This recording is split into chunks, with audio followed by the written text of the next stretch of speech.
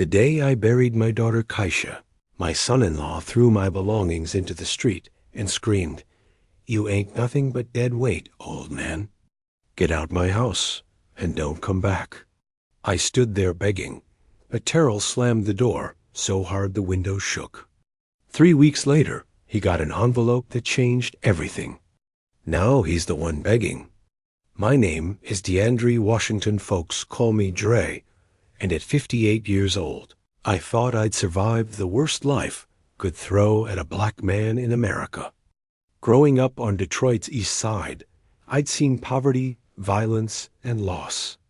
But nothing prepared me for what my son-in-law would do to me just hours after we laid my baby girl to rest. The funeral was held at Greater Faith Baptist Church on a cold Tuesday morning. Kaisha would have wanted it that way, intimate, spiritual, with Sister Marie leading the choir in Precious Lord. Take my hand. I can still hear those voices rising up to the rafters.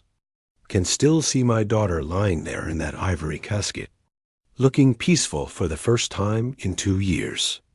That cancer had eaten away at her, turned my vibrant 30-year-old daughter into a shadow. But even in death, she was beautiful. Terrell stood next to me at the casket, wearing a black suit that probably cost more than my monthly disability check. He kept checking his phone during the service, his jaw tight, eyes distant. I'd noticed the change in him over the past 6 months. At first, I thought it was the stress of watching Kaisha suffer. But there was something else, something cold and calculating in the way he looked at her hospital bills. The way he'd disappear for hours without explanation. The way he'd snap at her when she asked him to stay home instead of going out. TJ loves me. Daddy, Kaisha had whispered to me one night in the hospital, using his nickname. He's just stressed about money. You understand, right? I understood. I understood that the man she married wasn't the man standing by her, hospital bed with resentment in his eyes. After the service, we gathered back at what had been my home for 3 years. Kaisha had insisted I move in after my heart scare. Daddy, you need family around, she'd said, her voice already weakened by chemo. Besides, this house got too many empty rooms anyway. What you doing rattling around that apartment by yourself? I'd resisted, didn't want to be a burden, but my baby girl's eyes, those same eyes her mama had, broke me down. So I'd moved into the brick Colonial in northwest Detroit, the house Terrell bought when his sports betting app business was booming. The house filled up with that familiar post-funeral crowd. Church ladies bringing aluminum pans of mac and cheese, greens cooked with smoked turkey, sweet potato pie. Neighbors from the block making small talk, avoiding eye contact while they fixed plates. Distant cousins I hadn't seen in years, suddenly showing up, speaking in those hushed funeral tones. I moved through it all in a fog, accepting hugs and condolences, nodding when folks said, "She's in a better place now, and God don't make mistakes." Around 6 that evening, the last guest left. Sister Marie gave me a long hug at the door. "You call me if you need anything, Dre. Anything at all, you hear?" The silence after she left felt heavy, oppressive, like the air before a storm. I was in the kitchen washing dishes to keep my hands busy, keep my mind from drowning, when Terrell appeared in the doorway. Something about the way he stood there made my stomach drop.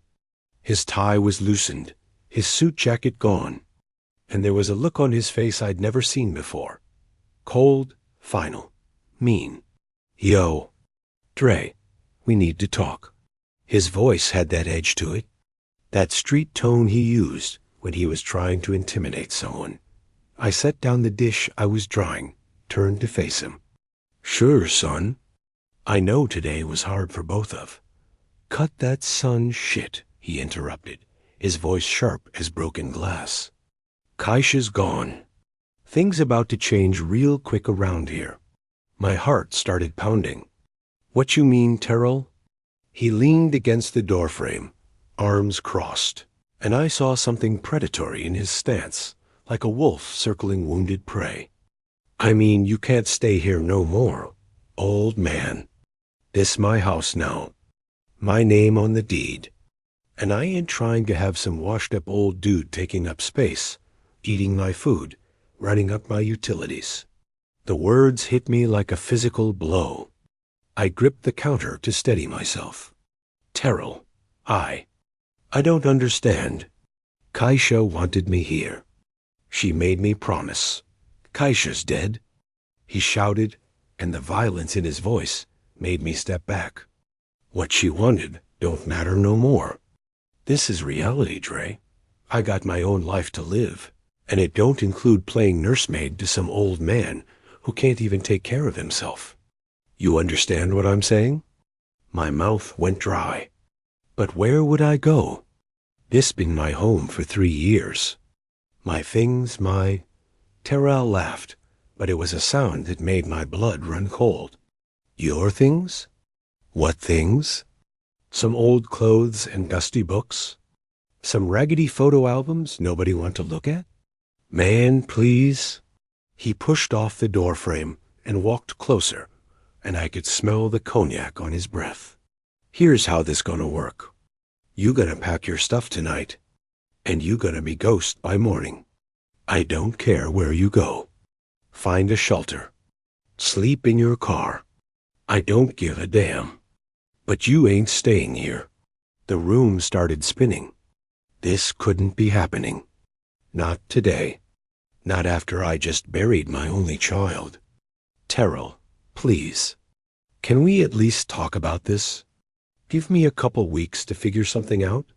I just buried my daughter, man. I can't think straight right now. Nah. The word came out like a gunshot. You had 3 years to figure out your life. Instead, you've been living off me like a parasite. Well, the free ride's over, old man. Tears started burning my eyes. I'd held them back all day, trying to be strong, trying to honor Kaisha's memory. But now they came. Please, Terrell. I'm begging you. I don't got nowhere else to go. My disability check barely covers my medications. At my age, finding a place, that ain't my problem, he said, his voice rising. You should have thought about that before you became dead weight. You think I don't know what people say? Poor TJ, stuck taking care of his broke father-in-law. Well, I'm done being the good guy. I'm done with this charity case. He walked to the front closet and yanked out 2 beat-up suitcases, the same ones I'd brought when I moved in. They hit the hardwood floor with a loud thud. Start packing, now. My hands were shaking. Terrell, please. Just give me a few days. Let me call some people. Maybe find a room somewhere. You don't get it, do you? His face was twisted with rage now, veins bulging in his neck, eyes wild. I want you gone tonight. Right now. Every second you in my house makes me sick. You sitting here looking pathetic, crying like some little... He caught himself, but I heard what he was about to say. My hands balled into fists at my sides. 58 years old, and I'd survived things that would have broken most men. But right now, standing in this kitchen, while my daughter's husband, on the day we buried her, called me pathetic, I felt more powerless than I ever had. Terrell walked to the front door and yanked it open. The November cold rushed in. Get your junk, get out, you useless old bastard. Go live with the rest of the bums on Gratiot Avenue. That's where you belong anyway. Each word was a knife. I'd known Terrell for 5 years. Watched him court my daughter. Walked her down the aisle. Celebrated when they bought this house. Lent him $2,000 when his car got repossessed. Treated him like the son I never had. And this was how he repaid that love. With cruelty. With venom. With the kind of disrespect that cut deeper than any blade dot. My legs felt like concrete as I dragged myself upstairs to pack. Every item I folded felt impossibly heavy. The photo of Kaisha and me at her Howard University graduation. Her smile so bright it could light up the world. Her first finger painting from kindergarten that I'd kept in a frame all these years. The watch she'd given me for my 50th birthday, engraved with "World's Best Daddy." The Bible her mama had given me before she passed, pages worn from years of reading. When I came back downstairs with my 2 suitcases, Terrell was waiting by the open door, scrolling through his phone. "About damn time," he muttered without looking up. "Now get out and don't ever come back." As I stepped onto the porch, dragging my suitcases behind me, I turned one last time. The house lights were warm behind Terrell, casting him in silhouette. Terrell, Kaisha loved you. She would be heartbroken to see. The door slammed in my face so hard I felt the vibration in my chest. I stood there in the cold November darkness, my breath coming out in white clouds, 2 suitcases at my feet, nowhere to go and nobody to call. Across the street, I saw Mr. Patterson's curtains move. He'd been watching, then quickly close. Even the neighbors couldn't look at my shame. That night, I slept in my 2004 Buick LeSabre in the parking lot of the Major on 8 Mile. I used my winter coat as a blanket and my suitcase as a pillow. Every time I closed my eyes, I saw Kaisha's face and wondered how I would explain to her that the man she loved had thrown her father away like trash on the day of her funeral. 3 weeks had crawled by since Terrell threw me out, and I barely recognized myself anymore. The reflection I caught in store windows showed someone hollowed out, someone who looked every bit the homeless man Terrell had accused me of being. The irony wasn't lost on me. I'd managed to get a spot at the East Side Hope Center, a shelter on Gratiot that smelled like industrial cleaner and broken dreams. The cots were arranged in rows like a prison dormant, thin mattresses on metal frames that creaked with every movement. But it was warm. It was dry. And at 58, I'd learned not to be picky about small mercies. My days had fallen into a grim routine. Wake up at 5:30 when the fluorescent lights flickered on. Fold my blanket. Clear out by 7. Spend the day walking the streets, looking for day labor cash jobs that didn't ask too many questions. Return to the shelter by 6 to get in line for dinner and hopefully claim a cot for the night. The hardest part wasn't the physical discomfort or even the constant hunger when I couldn't afford a meal. It was the way people looked at me now, or rather, the way they looked through me. Like I'd become invisible the moment I lost my address. Like I'd ceased to be a person worthy of acknowledgement. I'd tried calling some old friends from my days working at the Ford plant. Those conversations went about as well as expected. Jerome Williams, who I'd known for 25 years, hung up when I mentioned needing help. "Sorry, Dre, but we got our own problems right now," was all he said before the line went dead. My former coworker Patricia was more polite but equally useless. "Oh, Dre, baby, I wish I could help. But you know how it is, we barely making it ourselves. Maybe try calling your cousins in Southfield?" Her voice trailed off into that familiar territory of excuses. The truth was, people were scared. Homelessness was contagious in their minds. It forced them to confront how thin the line was between security and sleeping in your car. It was easier to believe I'd done something to deserve this than to admit it could happen to them. But it was running into Brother Malcolm from the church that really broke something inside me. I spotted him coming out of the barber shop on 7 Mile and approached hopefully. Brother Malcolm had been at our house dozens of times. We'd watched countless Pistons games together. He'd been one of Kaisha's godfathers. "Malcolm," I called out, relief flooding through me at seeing a familiar face.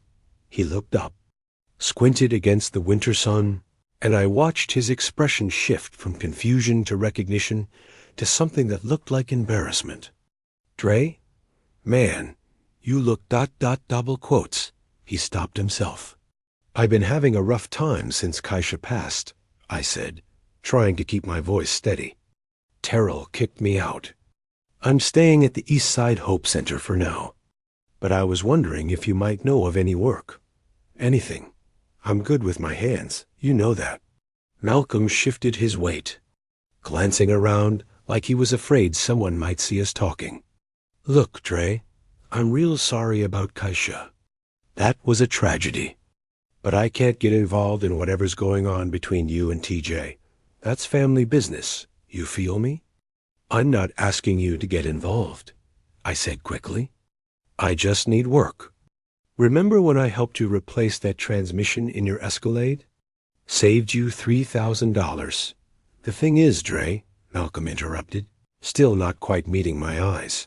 Times is hard for everybody right now. I can't afford to hire nobody. I'm sorry, man. He turned to leave, then paused. Maybe you should try to work things out with TJ y'all family. Whatever you did, maybe apologize. And I didn't do anything, I said. But he was already walking away, his shoulders hunched, moving fast like my situation might be contagious. That afternoon, I sat on a bench in Belle Isle Park, watching families play with their children, wondering how my life had collapsed so completely. An elderly woman sat down beside me, carefully unwrapping a sandwich from aluminum foil. You look hungry, baby, she said softly, offering me half. I wanted to refuse, to maintain some shred of dignity, but my stomach betrayed me with a loud growl. Thank you, I whispered, accepting the food like it was communion. I'm Dorothy, she said. I volunteer at Greater Faith Baptist Church. I think I seen you there before. We serve lunch on Wednesdays if you need a hot meal.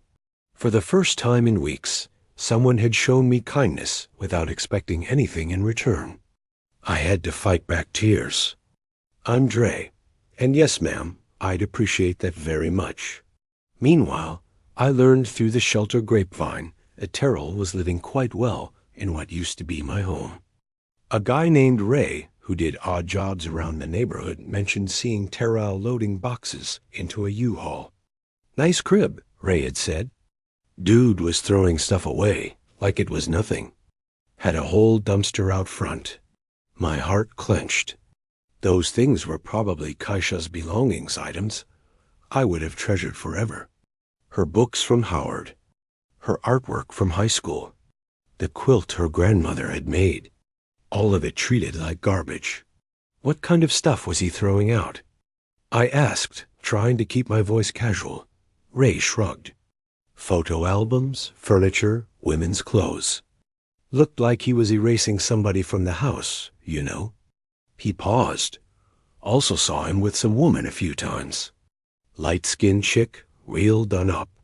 They looked pretty comfortable together. The revelation hit me like a punch.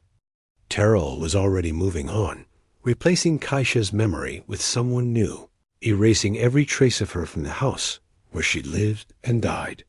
The cruelty was breathtaking. That night, lying on my cot at the shelter, I stared at the water-stained ceiling tiles and tried to understand how I'd ended up here. 3 weeks ago, I'd been grieving but secure, surrounded by memories of my daughter. Now I was sleeping in a room with 40 other men, my entire life reduced to what fit in 2 suitcases. The man on the cot next to me was coughing a deep, rattling sound that spoke of untreated illness. Across the room, someone was crying quietly. These were the sounds of broken lives, of dreams abandoned and dignity discarded. I thought about Kaisha, about how proud she'd been of Terrell when they first got together. He's ambitious, Daddy, she'd told me. He's gonna make something of himself. She'd been right about his ambition, but wrong about what he'd do with it, Dot, as I finally drifted off. I wondered if this was how the rest of my life would unfold, an endless cycle of shelters and soup kitchens, of being invisible and forgotten. I wondered if Terrell ever thought about me at all, or if he'd already erased me as completely as he was erasing Kaisha's presence from their home. What I didn't know was that the next day would bring an envelope that would change everything, revealing Secrets that would turn Terrell's world upside down and show him exactly how much he'd underestimated. The man he'd thrown away. I was sweeping the front. Steps of Greater Faith. Baptist Church when Dorothy found me that Tuesday morning. It had been exactly 4 weeks since Terrell threw me out, and I'd finally found steady work helping Pastor James with maintenance. The pay was barely enough to cover my medications, but it was honest work, and it gave me purpose. "Dre!" Dorothy called out, her voice carrying an urgency I hadn't heard before. She was hurrying up the church steps, her usual composed manner replaced by something that looked like excitement. I stopped sweeping, leaning on the broom. "Morning, Sister Dorothy. You're here early." She caught her breath and pulled a piece of paper from her purse. "I got some information you might find interesting. Remember when you mentioned your son-in-law, Terrell? Well, my grandson works at that law firm downtown Morrison and Associates. He overheard something yesterday that involves someone with that name." My stomach tightened. "What kind of something?" Dorothy glanced around to make sure we were alone, then lowered her voice. "A man named Terrell Jenkins came in yesterday requesting emergency legal services. He was real agitated, almost panicking. He was asking about inheritance laws and something about proving biological relationships." The name hit me hard. Terrell Jenkins was his government name. He went by TJ in the streets. "Did your grandson hear anything else?" "That's the thing," Dorothy said, her eyes bright. "The man kept talking about a mistake, about how he acted too fast. He was asking if there were ways to contest biological parentage after someone died." My mind raced. Why would Terrell be asking about biological parentage? Kaisha was gone, and she never had children. Unless... "Dorothy, did your grandson mention anything about documents?" "Papers?" She nodded slowly. "Actually, yes. Apparently, this Terrell fellow received some kind of official document that upset him real bad. The lawyers were trying to calm him down, but he kept saying he made a terrible mistake and needed to fix it immediately." I felt a strange mix of confusion and anticipation. What kind of document could send Terrell to lawyers in such a panic? And what did it have to do with biological relationships? When was this? Yesterday afternoon, around 3. My grandson said the man looked like he hadn't slept in days. I thanked Dorothy and tried to focus on my work, but my mind kept circling back to this mystery. What could have happened to make Terrell so desperate? The answer came 2 days later from Ray, the handyman who'd mentioned seeing Terrell clearing out the house. I was eating lunch at the community center when Ray sat across from me, his face serious. "Dre, I need to tell you something," he said, looking around nervously. "It's about your son-in-law." I put down my sandwich, appetite gone. "What about him?" Ray leaned forward. "I was doing some work for the neighbors next to your old house yesterday. There was a lot of commotion. Official-looking cars, people in suits with clipboards." "What kind of cars?" "That's the interesting part," Ray said. "One was from the county assessor's office, another from some law firm. But the one that caught my attention was from a private investigation company." My heart started racing. "Private investigators?" Ray nodded. "That ain't even the weirdest part. Around noon, this black Mercedes pulls up and out, steps this woman in an expensive suit, carrying a briefcase. She walks right up to the front door and hands Terrell an envelope. Man, I never seen somebody's face change color so fast. He went from regular to pale as a ghost in 2 seconds. "Did you see what was in it?" "Not exactly, but I could see him reading whatever was inside right there on the porch. His hands were shaking so bad he could barely hold the paper. Then he started yelling at the woman, something about mistakes and how this couldn't be right. She just stood there, calm, and said something about all the documentation being verified. Ray paused for dramatic effect. But here's the really crazy part.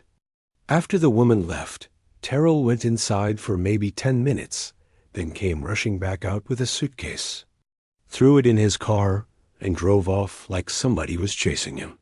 He came back about an hour later with 2 other dudes.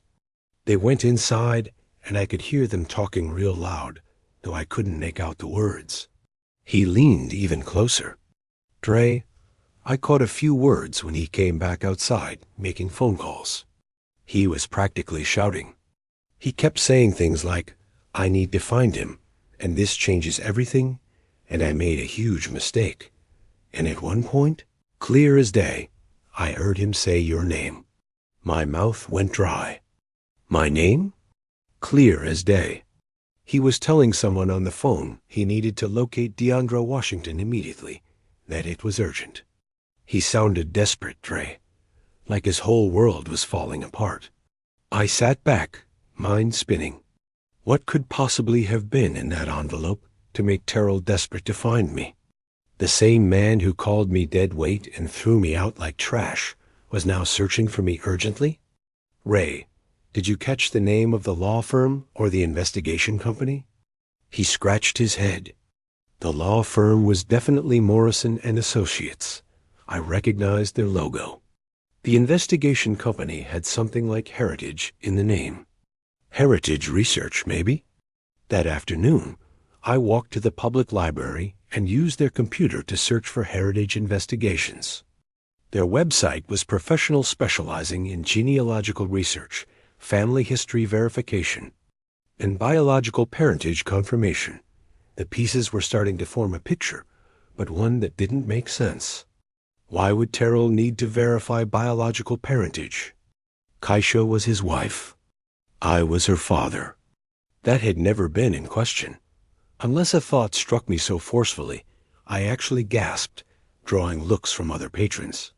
What if the investigation wasn't about whether I was Kaisha's father? What if it was about something else entirely? Something about my own parentage? But that was impossible. I knew who I was. Deandra Washington, born in Detroit, raised by my mother after my father died when I was 2. I had my birth certificate, my school records, everything, unless there was something I didn't know, something hidden for 58 years. That evening, lying on my cot at the shelter, I couldn't shake the feeling that everything I thought I knew was about to be turned upside down. Terrell's panic, the lawyers, the private investigators, it all pointed to some revelation that had changed everything. What I couldn't imagine was how dramatically that revelation would alter not just Terrell's world, but mine as well. The envelope that sent him into panic contained information that would expose secrets, buried for decades secrets that would explain why a man would throw away his father-in-law and then desperately search for him days later. As I closed my eyes that night, I had no idea that Terrell was at that very moment driving through Detroit streets, checking every shelter and soup kitchen, growing more desperate with each failed attempt to find the man he'd so cruelly discarded. The truth was finally coming to light, and it would change everything. The revelation came not through Terrell, but through a phone call I never expected. It was Friday morning, and I was helping Pastor James organize the church food pantry when Dorothy approached with the parish phone. Dre, there's a call for you, she said, looking puzzled. It's a woman who says she's a lawyer. Says it's very important. My hands trembled as I took the phone. Who would have a lawyer call me at a church? This is Deandra. Mr. Washington, this is Amanda Sterling from Morrison and Associates. I apologize for tracking you down this way, but we've been trying to locate you for several days. We have very important information regarding your family situation. The formality made my stomach clench. I don't understand. Why would a law firm be looking for me? Mr. Washington, I believe you know your son-in-law Terrell came to see us earlier this week. What you don't know is why. And I think you have a right to understand what's happening. There was a pause. Would it be possible for you to come to our offices? This really isn't something for a phone conversation. An hour later, I sat in a conference room that smelled of leather and money, facing a woman in her 40s who looked at me with professional sympathy. She had a thick manila folder in front of her. "Mr. Washington," she began, "what I'm about to tell you may come as a shock. 3 days ago, Terrell came to our office in extreme distress. He'd received documents from a private investigation firm he hired." She opened the folder and pulled out a document I recognized Keisha's birth certificate. But as I looked closer, I noticed correction marks, places where information had been changed. "Mr. Washington, are you familiar with Washington Manufacturing Empire?" The name sounded vaguely familiar, but I couldn't place it. "No, I don't think so." Ms. Sterling pulled out another document, more official and complex. "It's a multinational corporation dealing in automotive parts and industrial machinery. It was founded in 1965 by a man named DeAndre Washington, Sr." My heart stopped. "DeAndre Washington, Sr." "Yes, your father." The room began to spin. "My father died when I was 2 years old. He was a line worker at Ford. He didn't own any company." Ms. Sterling's expression grew more sympathetic. "Mr. Washington, your father didn't die when you were 2. He lived until 2001, and he spent decades searching for you." The words hit like physical blows. I gripped the table edge. "That's impossible." "My mother told me." "Your mother lied to you," Miss Sterling said gently. "When your parents divorced in 1969, your mother took you and disappeared. She changed your name from DeAndre Washington, Jr. to DeAndre Jackson, using her maiden name. She told you your father was dead to prevent contact." I felt like I couldn't breathe. But Keisha, her last name, was Washington. How Miss Sterling pulled out another document, my marriage certificate, to LaShonda Washington, Keisha's mother. "Mr. Washington, when you married LaShonda in 1976, you took her surname because you believed Jackson was your birth name. You had no idea you were actually DeAndre Washington, Jr., heir to a fortune held in trust for you. The implications were staggering. You're saying I'm rich? Mr. Washington, you're not just rich. You're one of the wealthiest men in Michigan, and you have been since your 21st birthday, when the trust should have been released. The problem was nobody could find you." She pulled out financial documents. "Washington Manufacturing Empire has been run by a board of trustees for decades, waiting for the rightful heir. When your father died in 2001, he left instructions that the search for you should continue indefinitely." My mind was reeling. But how does Terrell fit into this? Ms. Sterling's expression darkened. "That's where it gets complicated. Terrell accumulated significant gambling, debt, sports betting, crypto investments, high-stakes poker. We're talking about hundreds of thousands of dollars. He was facing serious consequences from dangerous people." She pulled out bank statements and loan documents. In desperation, he hired Heritage Investigations to research your family background, hoping to find hidden assets he could access through Keisha. What he found instead was the truth about who you are. The pieces fell into place. The envelope Ray saw was the complete report from Heritage Investigations, confirming my identity as DeAndre Washington, Jr., and detailing my inheritance. Terrell realized the man he threw out was actually worth more money than he could spend in 10 lifetimes. I said slowly, "Exactly," Miss Sterling said. And he realized he'd made a catastrophic mistake. I stared at the documents, trying to process what this meant. So Keisha was the daughter of one of the wealthiest men in the state, and she never knew. "There's something else you need to know." Miss Sterling leaned forward. "Your father's will contains a very specific clause. If any family member, including spouses of your children, is found to have mistreated or harmed you in any way, they are permanently barred from any access to the estate." The irony was breathtaking. Terrell had thrown me out thinking I was worthless, not knowing I was worth more than he could imagine. And in doing so, he'd guaranteed he'd never see a penny. What happens now? I asked. Ms. Sterling smiled. Now, Mr. Washington, you reclaim your birthright. The Board of Trustees has been waiting 38 years to turn control over to you. You're about to become a very powerful man.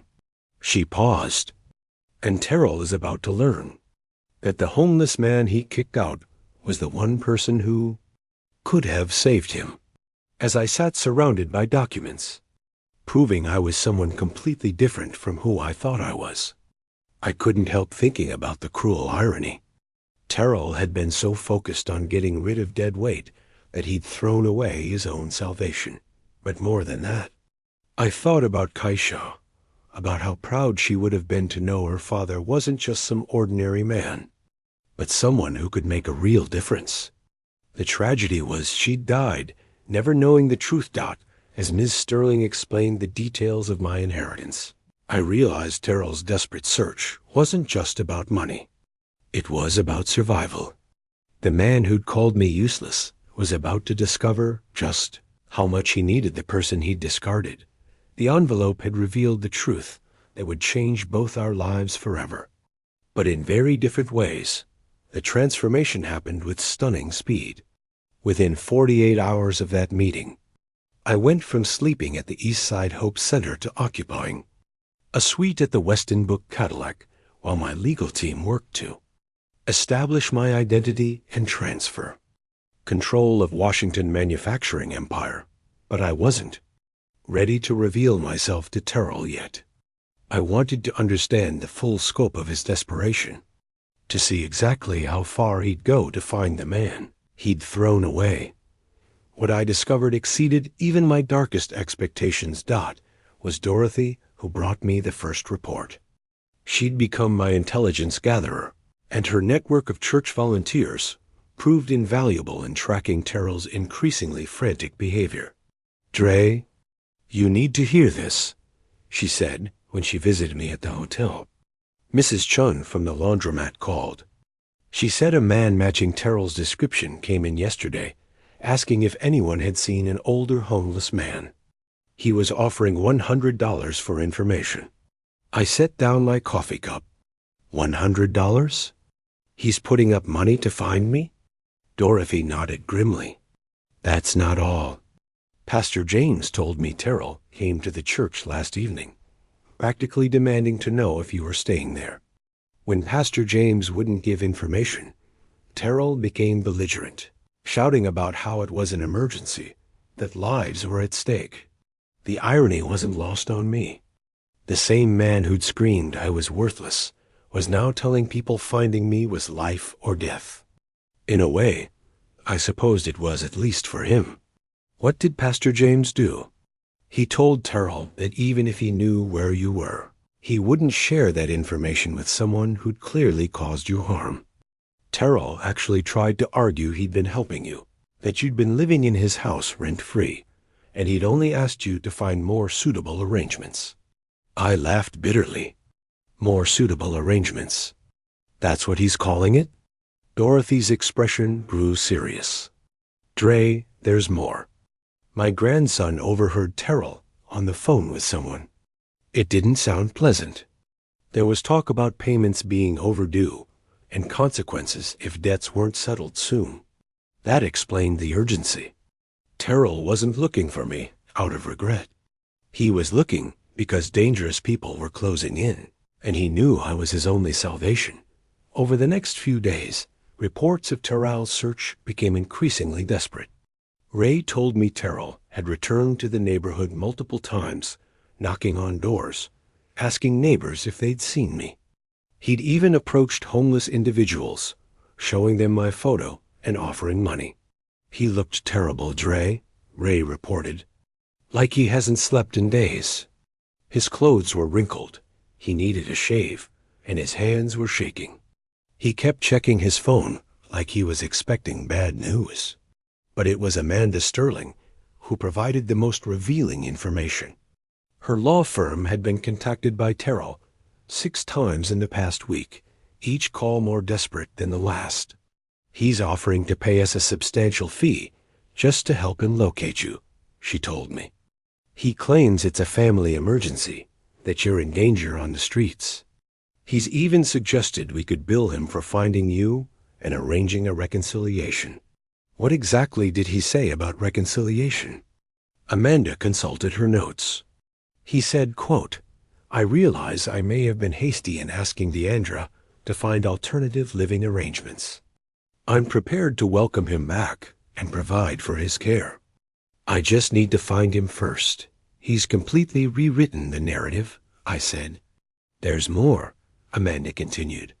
He asked several pointed questions about estate, law, and whether someone could claim an inheritance on behalf of a family member who might be incapacitated or unable to manage their affairs. So that was his angle.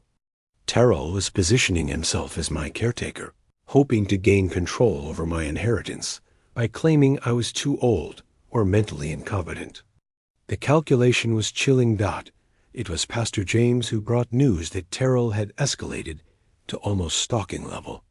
The pastor visited me at the hotel, concern evident. Dre, I think you should know Terrell's been essentially camping out near the church and shelter. He's there when I arrive in the morning, still there when I leave at night. He approaches anyone who looks homeless, showing them your picture. Has he bothered you again? Pastor James nodded gravely. Yesterday, he cornered me leaving and became aggressive. He accused me of hiding you, said if anything happened to you, because I wouldn't reveal your location, it would be on my conscience. When I explained I genuinely didn't know where you were, he didn't believe me. The pastor paused.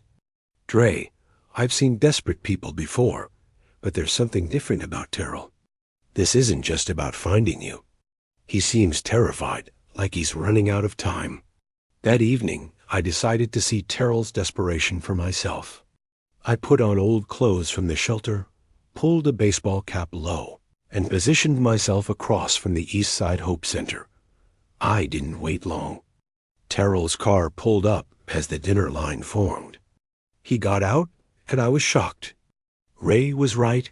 He looked like he hadn't slept in days. His usually sharp appearance was disheveled, his expensive jacket wrinkled, his movements jerky and frantic. I watched him approach person after person in line, showing them what I assumed was my photo. Most shook their heads and moved away, clearly uncomfortable with his intensity. A few accepted money for brief conversations, but had no useful information. At one point, Terrell grabbed a young man's arm when he tried to walk away. I could see them arguing, Terrell gesturing wildly. Eventually, shelter staff intervened, and Terrell was forced to back off. But what happened next truly revealed his desperation. As he walked to his car, I saw him make a call. Even from across the street, I could hear tension in his voice. I'm telling you, I'm doing everything I can, he said. I've checked every shelter, every soup kitchen, every place homeless people gather. He's got to be somewhere. Pause. No, I understand the deadline. I know what happens if I don't pay. Just give me a few more days, please. When he ended the call, Terrell stood by his car for several minutes, head in his hands. For a moment, I almost felt sorry for him. But then I remembered the sound of the door slamming in my face. I remembered sleeping in my car in a major parking lot on the night of my daughter's funeral. I remembered him calling me dead weight and telling me to live with the bums. Terrell had made his choices when he thought I was powerless. Now that he knew the truth, he was desperate to undo those choices. But some actions have consequences that can't be reversed with apologies or money. As I watched him drive away, still searching for the man he'd discarded, I realized Terrell was about to learn a hard lesson about the difference between having power and being at someone else's mercy. Tomorrow, I would let him find me, but it would be on my terms. And he would discover that the homeless man he'd been desperately seeking had become someone with the power to either save him or destroy him completely. I chose to reveal myself on a Tuesday morning, exactly 6 weeks after Terrell threw me out. The location was deliberate, the steps of Morrison and Associates, where Terrell would be arriving for what he believed was a routine consultation about locating me. What he didn't know was that I would be waiting. I arrived early, dressed in a tailored navy suit my new assistant had procured. The transformation was remarkable. I looked nothing like the broken man who'd slept in shelters just days before. I positioned myself on a bench across from the law firm, close enough to observe, but far enough to control the timing of our encounter. Terrell's Audi pulled up at exactly 9:45, 15 minutes early for his 10 o'clock appointment. Even from a distance, I could see his condition had deteriorated further. His movements were erratic, and he kept checking his phone with the nervous energy of a man running out of time. He stood on the sidewalk for several minutes, gathering himself. I watched him take deep breaths, straighten his rumpled tie, run his hands through his unkempt hair. He was preparing for what he probably thought would be another dead-end meeting. I waited another 10 minutes before walking across the street and entering the building. The receptionist recognized me immediately. I'd become quite familiar to the staff. "Good morning, Mr. Washington," she said with a respectful smile. "Ms. Sterling is expecting you in Conference Room B." As I walked down the hallway, I could hear Terrell's voice through the closed door of Conference Room. He was speaking rapidly, his tone increasingly desperate. "I'm willing to pay whatever it takes," I heard him say. "This isn't just about family anymore. Dre could be in real danger on the streets. He's not a young man, and he's been missing for weeks." I paused outside the door, listening to him spin his web of false concern. It was fascinating hearing how he'd rewritten her history, transforming himself from villain into worried family member, desperate to rescue his Father-in-law. Amanda Sterling met me at the door of Conference Room B. "Are you ready for this?" she asked quietly. I nodded, straightening my tie. "More than ready." She led me to Conference Room A and knocked gently before opening the door. Terrell was seated at the far end of the table, papers scattered in front of him, phone clutched in one hand. He looked up expectantly, probably hoping for good news. His expression went through rapid changes when he saw me. First confusion, as if he couldn't process what he was seeing. Then recognition, his eyes widening. Finally, something between relief and terror as the implications began to sink in. "Dre.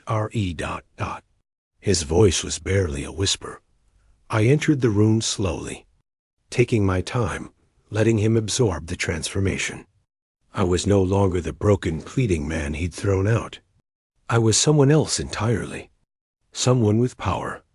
Someone who could afford a $1,500 suit and the best legal representation money could buy. "Hello, Terrell," I said calmly, taking a seat at the opposite end of the table. "I understand you've been looking for me." Terrell struggled to his feet, his chair scraping against the floor. "Dre, thank God. I've been worried sick about you. When you left that night, I realized I made a terrible mistake. I've been searching everywhere." "Sit down, Terrell," I interrupted, my voice quiet, but carrying unmistakable authority. He sat immediately, hands trembling as he placed them flat on the table. "Dre, I know I said some things that night I didn't mean. I was grieving. I wasn't thinking clearly. Losing Kaisha affected me more than I realized, and I took it out on you. Is that your version of what happened?" I leaned back in my chair, studying him with detached interest. "That you said some things you didn't mean?" Terrell swallowed hard, sweat forming on his forehead despite the air conditioning. "I know I asked you to find other arrangements, but I never meant for you to end up on the streets. I thought you had friends, other family." "Other family," I repeated slowly. "Like my father, perhaps." The color drained from Terrell's face. He glanced at Amanda Sterling, then back at me, clearly realizing I knew about the investigation. Dre, I can explain about that. I hired the investigators because I was trying to help you. I thought maybe there were family resources you didn't know about. How thoughtful of you. I smiled, but there was no warmth in it. And what did you discover during this investigation to help me? Terrell's mouth opened and closed several times. I discovered that you're not who we thought you were, that your real name is Deandra Washington, Jr., and that you're the heir to a significant fortune. A significant fortune, I mused. That's one way to put it. Would you like to know exactly? How significant, Terrell? He nodded mutely, eyes fixed on my face. I pulled out a document from Amanda's folder. Washington Manufacturing Empire is worth approximately $4.7 billion. The personal trust fund that's been accumulating interest for 38 years is worth an additional $800 million. All of it now under my direct control. Terrell made a sound somewhere between a gasp and a sob. The magnitude of what he'd thrown away was overwhelming him. But here's the interesting part, Terrell, I continued, my voice perfectly calm. My father's will contains a very specific clause about family members who mistreat the heir. Would you like to know what that clause says? Terrell shook his head frantically. Dre, please let me explain. I was desperate. I have debts, serious debts to dangerous people. I was facing consequences that could destroy my life, maybe even end it. When I threw you out, I didn't know who you really were. Ah, there it is, I said, leaning forward slightly. The truth finally comes out. You threw me out because you thought I was worthless, a burden you could discard without consequences. But now that you know I'm worth billions, suddenly you want to make amends. Tears were streaming down Terrell's face. Please, Dre, I'm begging you. These people I owe money to, they're not the kind who accept late payments. They've already made threats. If I don't come up with $600,000 by Friday, stop, I said sharply. I don't want to hear about your gambling debts or your poor choices. I don't want to hear your excuses or your apologies. I stood up, straightening my jacket. Do you remember what you said to me the night you threw me out? You told me to go live with the other bums on Gratiot Avenue. You called me dead weight and slammed the door in my face on the day I buried my daughter. Terrell was sobbing openly now. I'm sorry. I'm so sorry. I'll do anything to make this right. I'll take care of you for the rest of your life. I'll make sure you have everything you need. Please, just help me this one time. I walked slowly around the table until I was standing behind his chair. Terrell, I want you to listen very carefully to what I'm about to tell you. He wiped his eyes and looked up at me hopefully. You showed me exactly who you are when you thought I had no power, no money, no way to fight back. You revealed your true character when you believed there would be no consequences for your cruelty. And now you want me to save you because you've discovered I have something you need. I placed my hand on the back of his chair and leaned down. The answer is no. Terrell twisted around to look at me, panic replacing hope. But you can't just let them kill me. I'm family. I was married to your daughter. You were married to my daughter, I agreed calmly. But you forfeited any claim to family consideration the moment you threw me out like garbage. Family is supposed to protect each other, support each other, show loyalty and love. You showed me none of those things. Terrell grabbed my arm, his grip desperate. Please, Dre, I'll do anything. I'll sign over the house. I'll give you everything I own. Just help me this once. I looked down at his hand on my arm, then back at his face. Remove your hand, Terrell. He let go immediately. You don't seem to understand, I said. I don't need your house. I don't need anything you own. I am worth more money than you could spend in 10 lifetimes. The only thing you had that I might have wanted was respect and kindness for an old man who just lost his daughter. And you made it very clear those were things you weren't willing to give. I walked toward the door, then paused and turned back. Oh, and Terrell, that clause in my father's will I mentioned? It states that anyone who mistreats a member of the Washington family is permanently barred from any financial assistance from the estate. Even if I wanted to help you, which I don't, I legally cannot. Terrell collapsed back into his chair, the weight of his situation crushing him completely. What am I going to do? I straightened my tie and smiled. I have no idea, Terrell, but I'm sure you'll figure something out. After all, you're the one who told me that when times get tough, you find out who you really are.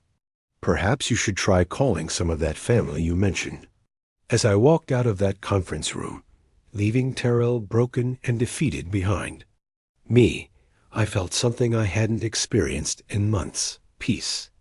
Not the satisfaction of revenge, but the quiet contentment of justice finally served. 6 months later, I was living in a beautiful home in Grosse Pointe, overlooking Lake St. Clair, far from the city and the toxic memories it held.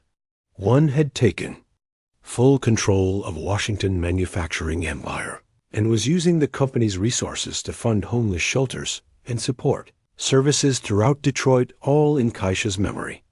The Kaisha Washington Foundation now operated 5 shelters across the city, providing not just beds but job training, mental health services, and pathways back to dignity.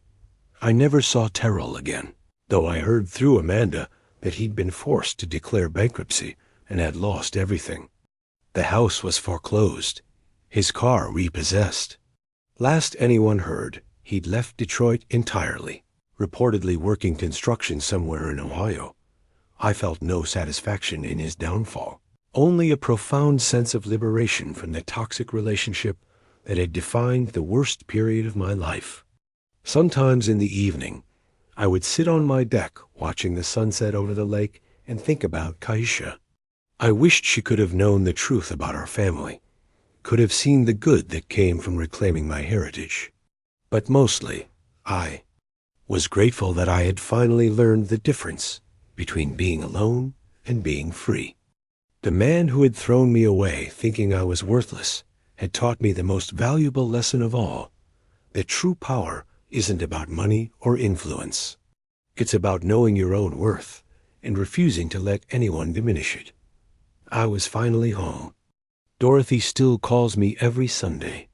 Pastor James and I have coffee every Tuesday morning.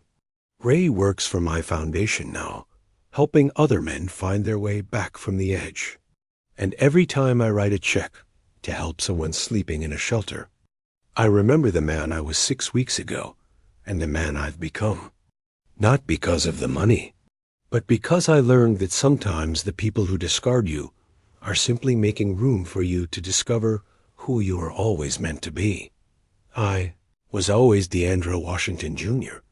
I just had to lose everything to find myself. Listen, did you like my story? Which city are you listening from? Let's meet in the comments. If you enjoyed this story, you can support me by sending a super thanks so I can keep bringing more stories like this. Thank you so much for your support. I'm looking forward to your comments.